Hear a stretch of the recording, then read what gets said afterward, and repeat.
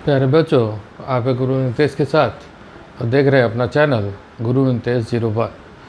आज हम लोग क्लास 8 के चैप्टर 11 मेंसुरेशन से एक्सरसाइज 11.1 सॉल्व करने जा रहे हैं।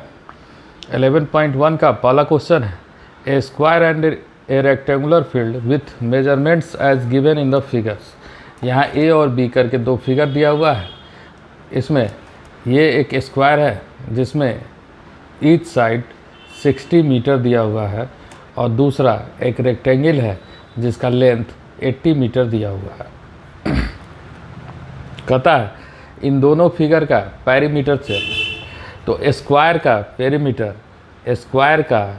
पेरीमीटर क्या होता है, P बराबर होता है 4A और इसका A इक्वल्स टू दिया हुआ है, इसमें A इक्वल्स टू दिया हुआ है 60 मीटर। तो इस A के वैल्यू को हम इसमें पुट कर देंगे तो ये हो जाएगा 4 × 60 बराबर हो जाएगा 240 मीटर। अब क्वेश्चन कहता है कि इसका पेरीमीटर सेम है किसके, इस स्क्वायर का जो पेरीमीटर है इस रेक्टेंगल के पेरीमीटर के बराबर है। तो रेक्टेंगल के पेरीमीटर क्या होता है, P बराबर होता है 2 × L + B। इसमें L का वैल्यू आपको दिया हुआ है, L बराबर दिया हुआ है 80 मीटर। तो अब हम क्या करेंगे, P बराबर 2 × 80 + B और ये P दोनों बराबर है, स्क्वायर का और रेक्टेंगल का पेरीमीटर दोनों आपस में बराबर है। तो इसका मतलब है कि 240 इक्वल्स टू 2 × 80 + B। 2 बराबर के इस साइड आ जाएगा तो 120 इक्वल्स टू 80 + B और B 80 बराबर के इस साइड आएगा तो इसका मतलब हो गया B इक्वल्स टू 120 - 80 बराबर 40 मीटर। अब कहता है which field has a larger area. अब कहता है कि दोनों में से बड़ा एरिया किसका है। तो अगर हम पहले स्क्वायर का एरिया निकालें, स्क्वायर के लिए एरिया बराबर क्या होता है, A स्क्वायर, और A बराबर क्या दिया हुआ है 60 मीटर। तो क्या हो जाएगा 60 का स्क्वायर मतलब 3600 मीटर स्क्वायर, ठीक है। और रेक्टेंगल का एरिया क्या होता है, रेक्टेंगल के लिए एरिया बराबर होता है L × B और इसका L है 80 और B है 40। तो इसको जब मल्टीप्लाई करेंगे तो ये हो जाएगा 3200 मीटर स्क्वायर। तो देख के आपको पता चलता है कि 3600 मीटर स्क्वायर 3200 मीटर स्क्वायर से बड़ा है। इसका मतलब किसका एरिया बड़ा है, तो स्क्वायर का एरिया बड़ा है किससे, रेक्टेंगल से।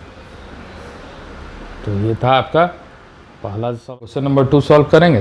क्वेश्चन नंबर 2 कहता है mister Kaushik has a square plot with the measurement as shown in the figure. Mister Kaushik के पास एक स्क्वायर प्लॉट है जिसका मेजरमेंट इस फिगर में दिया गया है। 25 मीटर इसका लंबाई है, 25 मीटर चौड़ाई है। चूँकि ये स्क्वायर है तो स्क्वायर का लंबाई और चौड़ाई बराबर होता है, मतलब स्क्वायर का सारा side, each sides of a square are equal. तो 25 मीटर एंड 25 मीटर। अब कहता है कि बीच में वो एक figure she wants to construct a house in the middle of the plot. इस बीच में वो ये अपना घर बनाना चाहते हैं और इस घर का भी डायमेंशन दिया हुआ है, मतलब लेंथ 20 मीटर है, विड्थ 15 मीटर है। कहता a garden developed around the house at the rate of 55 rupees per metre square.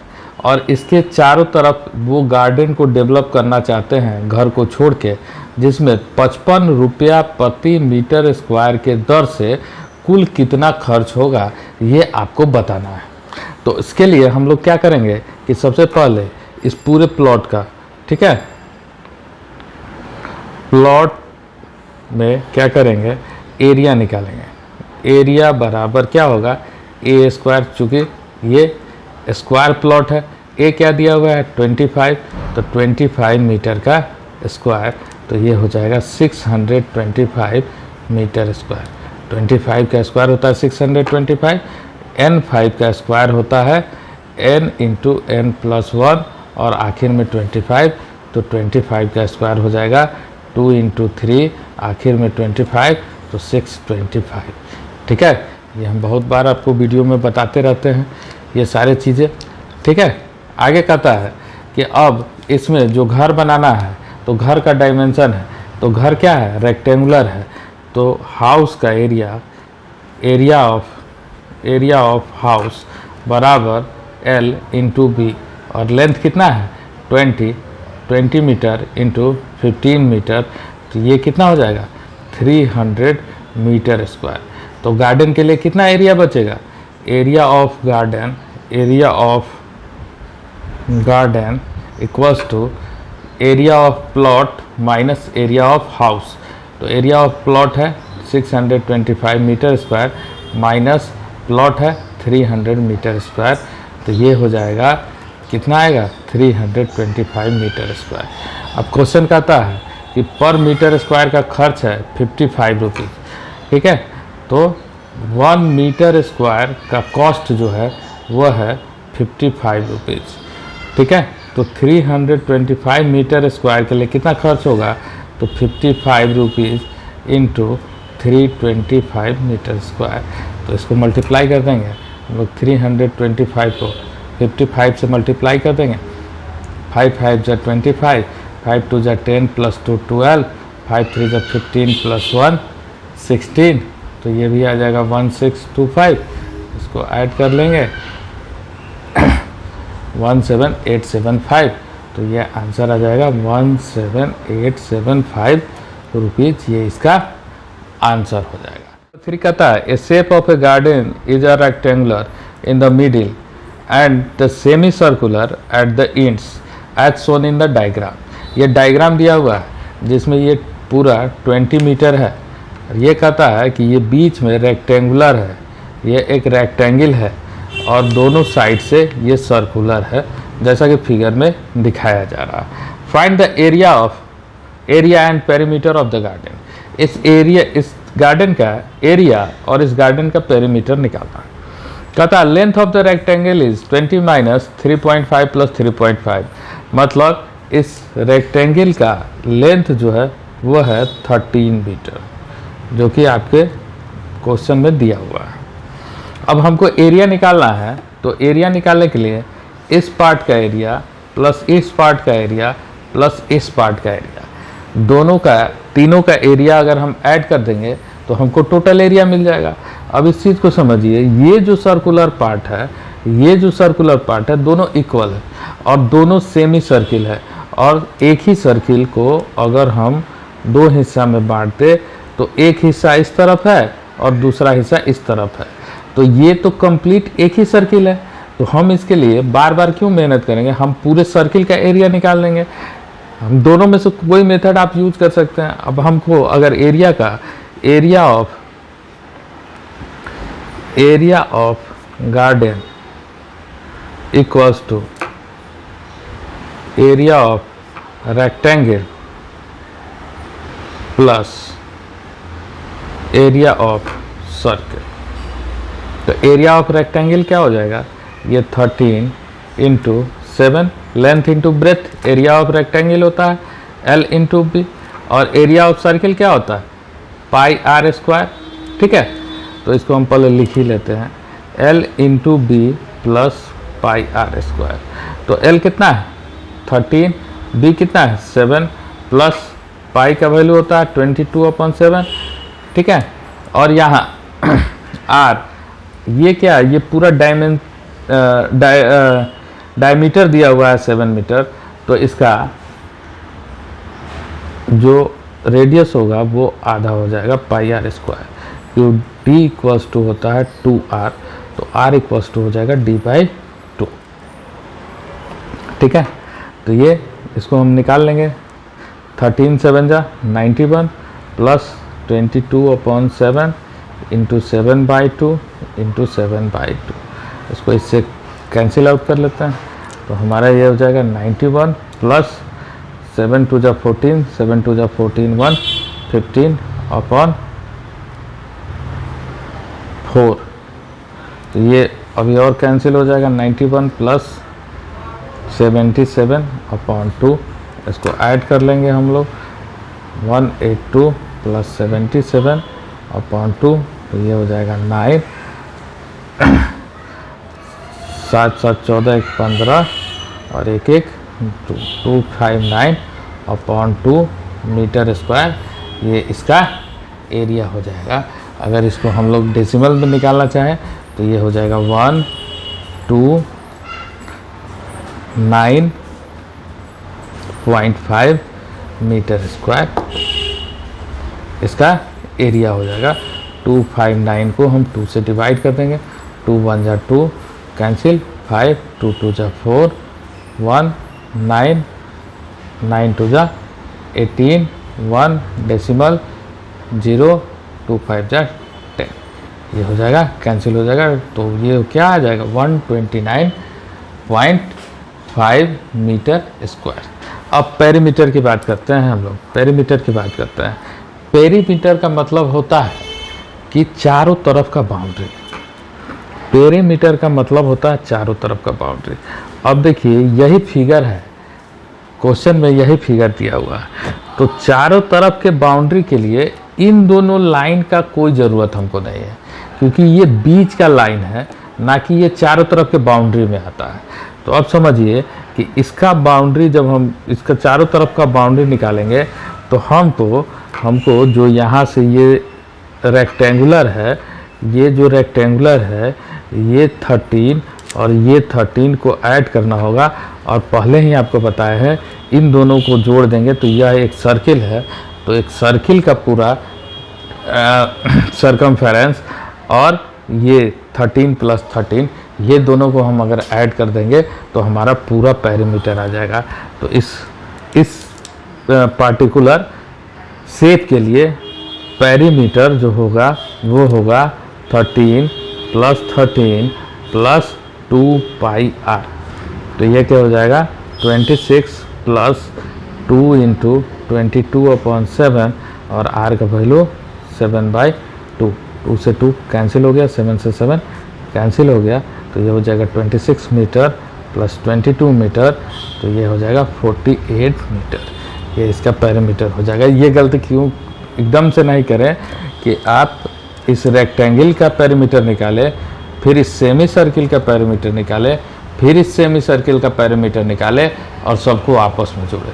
इस लाइन का कोई इम्पोर्टेंस नहीं है, इस लाइन का कोई इम्पोर्टेंस नहीं है, और इस लाइन का कोई इम्पोर्टेंस नहीं है तो उस लाइन को हम काउंट नहीं कर सकते हैं। अगर हम इसमें इस तरह से करके बनाएंगे भी, तो अगर हम इसमें रेक्टेंगल का पेरीमीटर ऐड करेंगे तो इसके विड्थ को, जो यह 7 और 7 है, इसको बाद में हमको सब्सट्रैक्ट करना पड़ेगा, तभी हमारा आंसर होगा। अगर हम सब्सट्रैक्ट नहीं करते हैं तो हमारा आंसर कंप्लीट नहीं होगा। तो इसका आंसर 48 मीटर होगा। ठीक है। फ्लोरिंग टाइल है जो शेप ऑफ पैरेललोग्राम, एक जो फ्लोरिंग टाइल्स है वो पैरेललोग्राम के शेप में है। ठीक है। पैरेललोग्राम रेक्टेंगल से बनता है। अगर रेक्टेंगल का एंगल, अगर क्वाड्रिलेटरल का एंगल 90 डिग्री हो तो वो रेक्टेंगल होता है, और 90 डिग्री नहीं हो तो वो पैरेललोग्राम होता है। मतलब इसके आमने सामने का साइड इक्वल होता है। ठीक है। कहता है ये 24 सेंटीमीटर लंबा है और इसका हाइट जो है वो 10 सेंटीमीटर। ठीक है। तो इसका एरिया जो होगा, एरिया और इसका जो हो जाएगा, चूँकि इसमें बेस और हाइट दिया हुआ है, और किसी भी क्वाड्रिलेटरल का एरिया जो होता है वो बेस इंटू हाइट होता है, तो ये हो जाएगा 24 गुना 10 बराबर 240 सेंटीमीटर स्क्वायर। अब क्वेश्चन में कहता है कि how many such tiles are required to cover a floor of area 1080 meter square. अब कहता है एक फ्लोर है जिसका एरिया दिया हुआ है 1080 मीटर स्क्वायर, तो इसको कवर करने के लिए कितने टाइल्स की आवश्यकता होगी। तो सबसे पहले इस चीज़ को देखिए कि ये सेंटीमीटर स्क्वायर में, ये मीटर स्क्वायर में, तो हमको सबसे पहले दोनों को सेम यूनिट में कन्वर्ट करना होगा। तो सेम यूनिट में कन्वर्ट करना होगा तो इसको हम लोग सेंटीमीटर स्क्वायर में कन्वर्ट कर देते हैं। तो ये इसमें हमको मीटर स्क्वायर है, तो इसमें हमको 10,000 से मल्टीप्लाई करना होगा इंटू 10,000 सेंटीमीटर स्क्वायर। अब हम लोग बात करते हैं कि नंबर ऑफ टाइल्स का। तो number of tiles equals to होता है area of floor upon area of tile. एक टाइल के एरिया से अगर पूरे फ्लोर के एरिया में हम डिवाइड कर दें तो हमको क्या मिल जाता है? हमको मिल जाता है नंबर ऑफ टाइल्स। तो ये हो जाएगा 1080 इंटू 10000 अपॉन 240। तो इसको हम लोग काट देते हैं, काटेंगे तो एक जीरो से एक जीरो कैंसिल हो जाएगा। 12 9 जा 108, 12 2 जा 24, 2 5 जा 10, तो ये हो जाएगा 5 9 जा 45, मतलब 45,000 टाइल्स आपको चाहिए। 45,000 टाइल्स आपको चाहिए इसको पूरी तरह से कवर करने के लिए, ठीक है। नंबर 5 कहता है an ant is moving around a few food pieces for different shapes scattered on the floor. For which food piece would the ant have to take a longer round? Remember, circumference of the circle can be obtained by using the expression c equals to 2 pi r, where r is radius of the circle. अब कहता है कि एक चींटी है, वो food के pieces के लिए एक फ्लोर पे घूम रही है, जिस पे एक सेमी सर्कल बना हुआ है, एक इस तरह का शेप बना हुआ है, ठीक है, और एक ये आइसक्रीम टाइप का शेप बना हुआ है। इसी पे फूड पीसेस है, उसको ढूंढ रहा है। तो उसमें कहता है कि वह कितना दूरी तय करेगा, मैक्सिमम दूरी किस के लिए दूर तय करेगा। तो इसका मतलब हमको सबका सरकमफेरेंस निकालना है, सबका सरकमफेरेंस निकालना है। तो सबका सरकमफेरेंस निकालने के लिए हम लोग पहले वाले क्वेश्चन में भी पढ़े हैं कि सरकमफेरेंस मतलब होता है सम ऑफ ऑल साइड्स, ठीक है, उसके बाउंड्री को निकाल देंगे। तो अगर हम इसके लिए हम सी निकालें तो सी बराबर क्या होगा 2 पाई आर। ये तो सर्किल के लिए होता है, लेकिन ये सेमी सर्किल है, आधा सर्किल है, तो इसके लिए सेमी सर्किल के लिए क्या होगा, सरकमफेरेंस बराबर होता है पाई आर, मतलब जो सरकमफेरेंस पहले से है उसका आधा, प्लस अब इसको हमको क्लोज करने के लिए हमको क्या करना होगा, इसमें डी को ऐड करना होगा। तो इस डी को हमको ऐड करेंगे तो क्या हो जाएगा पाई आर प्लस डी। तो पाई आर इसमें 22/7 पाई का वैल्यू हो गया, आर का वैल्यू हो गया 2.8/2 प्लस 2.8 सेंटीमीटर। तो ये हो जाएगा, इससे इसको कैंसिल कर देंगे 11, इससे इसको कैंसिल कर देंगे 4, और इन दोनों को मल्टीप्लाई करेंगे 4.4 प्लस 2.8, तो ये आ जाएगा 8 4 12 4 2 6 1 7 7.2 सेंटीमीटर, ठीक है। अब इसके लिए हम लोग निकालेंगे, तो इसमें क्या है, ये एक सेमी सर्किल का आर्क है। तो इसके लिए हमको केवल निकालना होगा पाई आर, और बाकी के लिए इसको आपस में ऐड कर देंगे तो हमको सरकमफेरेंस आ जाएगा। तो इसके लिए जब हम सरकमफेरेंस निकालेंगे तो इसमें ऐड हमको करना होगा पाई आर, मतलब 22/7 इंटू 2.8/2, और क्या करना होगा प्लस करना होगा इसमें 1.5 दोनों तरफ है, तो इंटू 2, और फिर प्लस करना होगा हमको 2.8 प्लस 2.8, तो ये हो जाएगा 7। इसको काट देते हैं 0.4, तो ये हो जाएगा 4.4 प्लस 3 प्लस 2.8। तो इन सबको हम लोग ऐड कर देते हैं 4.4 2.8 और 3, इसको ऐड कर देंगे तो 8 4 12 4 2 6 6 3 9 9 और 1 10 10.2, तो ये हो जाएगा 10.2 सेंटीमीटर। और ये जो तीसरा फिगर दिया हुआ है जो कि आइसक्रीम टाइप का है, ठीक है, तो इसमें भी ये सर्किल, ये देखिए ये आर्क ही तो हमको निकालना है, तो ये क्या होगा पाई आर, और इस पाई आर का वैल्यू तो अभी आप निकालना है, ये भी 2.8 है, ये भी 2.8 है, ये भी 2.8 है। तो इस पाई आर का तो वैल्यू हम लोग बार बार निकाल चुके हैं, कितना है 4.4। ये हो गया 4.4 सेंटीमीटर। और इसमें इसको और इसको ऐड कर देंगे तो इसका सरकमफेरेंस आ जाएगा। तो ये आपका 2 सेंटीमीटर है, ये आपका 2 सेंटीमीटर है, तो इंटू टू हम इसमें ऐड कर देते हैं। तो 4.4 + 8, तो इसका मतलब 12.4 सेंटीमीटर। ये कितना आ जाएगा, सॉरी 2 × 2 4 ही होगा ना, 4 + 4 8.4 सेंटीमीटर ये आपका हो जाएगा। अब बताइए सबसे बड़ा सरकमफेरेंस क्या आया।